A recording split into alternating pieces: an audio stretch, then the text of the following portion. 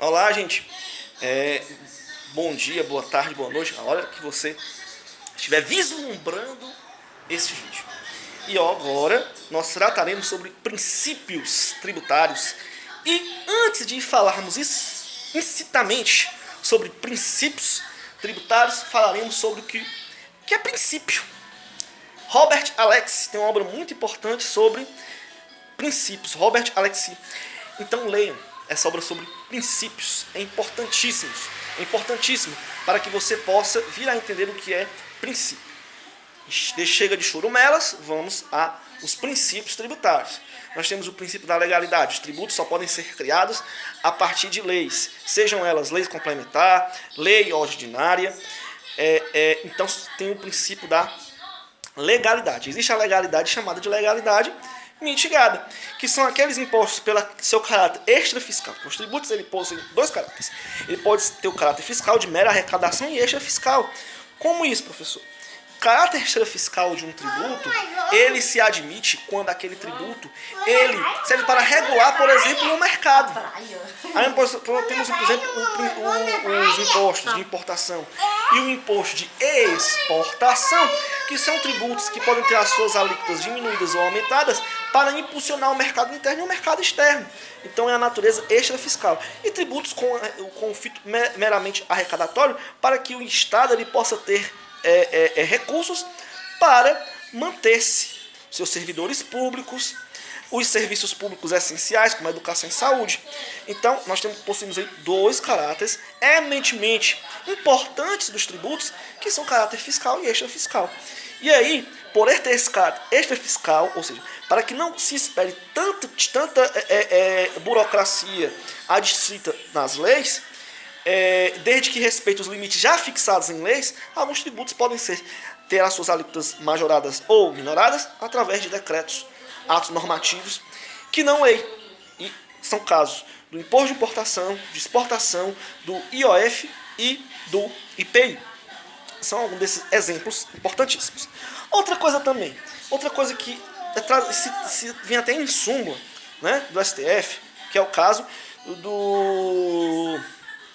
da correção monetária, que não importe em majoração de um tributo, por exemplo, a base de cálculo do IPTU, o valor venal, por exemplo, daquele imóvel, ele se encontra defasado, e aí ocorre uma correção monetária que não importa em aumento, em majoração. Isso também pode ser feito através do quê? De decreto do Poder Executivo. A modificação da data de vencimento também pode ser feita através de decreto, porque ontologicamente isso não importa em majoração ou minoração do tributo. Ontologicamente, isso não significa isso. Ok? Nós temos também o princípio da não surpresa. E o princípio da não surpresa se desdobra em dois. O princípio da anterioridade tributária e do nonagesimal. Por que isso é importante, professor? Porque o contribuinte ele não pode ser surpreendido por um aumento repentino de um tributo sem que ele tenha se programado para isso. E então, quando um tributo ele é majorado, o que é que acontece? Ele só pode ser cobrado no próximo exercício financeiro. E não só isso, porque o legislador pode aumentar o tributo no dia 31 de janeiro. E a anterioridade não é anualidade. A anualidade é o período de um ano. A anterioridade só é de exercício. Então, se eu estou no dia 31 de dezembro de um ano, no dia 1º de janeiro já será outro ano. Então, para que se evite isso, o que é que acontece?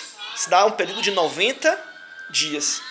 Então, um período de 90 dias para se evitar isso. Na virada do ano, por exemplo, um tributo ele é majorado no dia 31 e ele seja cobrado com uma nova alíquota no dia 1º. Então, se criou então, o princípio da anterioridade nonagesimal para se evitar as pegadinhas do poder instituído do Estado, né? Mas tem alguns tributos que não seguem nenhum outro princípio, justamente por aquele caráter da extrafiscalidade que eu já havia dito em outros vídeos, né? Que o IPI, o imposto de importação, o imposto de exportação, são um desses exemplos que não seguem este princípio, justamente por esse caráter extrafiscal, imposto extraordinário de guerra. Eu vou esperar a boa vontade do Poder Legislativo, naquele caso que esteja em guerra, para que possa vir a ser criado aquele tributo? E a guerra vai estourar? Não. Então são em casos desses, extrafiscalidade, e em casos de urgência também ocorre com empréstimo compulsório em caso de guerra, em caso de calamidade pública, ok? Não se pode esperar muito tempo, pela boa vontade dos nossos legisladores, ok? Então vamos às questões. Visando a proteger a indústria de tecnologia de informação, olha aqui, extrafiscalidade, caráter extrafiscal, ok?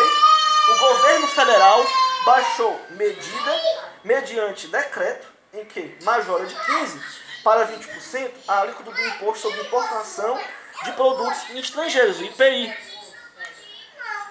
para monitores de vídeo procedentes do exterior, limite esses que foram previstos em lei. A respeito da modificação de alíquota do imposto de importação, assinale a afirmativa correta. Deve observar a reserva de lei complementar. É importante dizer o seguinte, que todos os tributos, isso eu não tinha falado para vocês do princípio da legalidade, mas vou falar agora, todos os tributos, eles podem ser majorados e minorados por lei ordinária. Todos. E 4 tributos podem ser majorados e minorados, desde que respeitem o que a lei já estipulou por decreto. Ok? A reserva de lei complementar, ela só se torna adstrita a 4 tributos, quais sejam: imposto sobre grandes fortunas, que ainda não, a União não exerceu sua competência tributária para instituí-lo. O imposto residual só pode ser criado por lei complementar, ok? A contribuição social residual também só pode ser criada por lei complementar, certo? E o empréstimo compulsório. Então, estes tributos só podem ser criados por lei complementar, ok? Continuemos. B. Deve ser promovida por lei ordinária. Cuidado com esse deve. Cuidado com esse deve. Deve, pode é diferente. Deve é obrigatório. E o pode é facultativo. Então, cuidado com só por causa desse deve que está errado, a B. Cuidado com o deve. C. Deve observar o princípio da irretroatividade. Olha, gente, todo tributo deve respeitar o princípio da irretroatividade. Ou seja, eu não posso cobrar, eu majorei aqui em novembro. Só que o fato gerador, ou seja, a industrialização daquele produto, ocorreu em outubro. Então eu não posso voltar aquela alíquota que foi majorada em novembro para outubro. Por quê? Porque obedece ao princípio da irretroatividade. Então, A, C está correto. Mas vamos para B. Deve observar o princípio da anterioridade? Não. O que ele deve respeitar é o princípio da anterioridade nonagesimal. Aqui ele não especificou qual anterioridade é. Mas se for só das anterioridades, ele só respeita a nonagesimal, mas não respeita a anterioridade de exercício. O caso do IPI. IPI é engraçado porque ele respeita o princípio da anterioridade nonagesimal, mas não respeita o princípio da anterioridade de exercício. Ok? Espero que vocês tenham gostado. Até o próximo vídeo.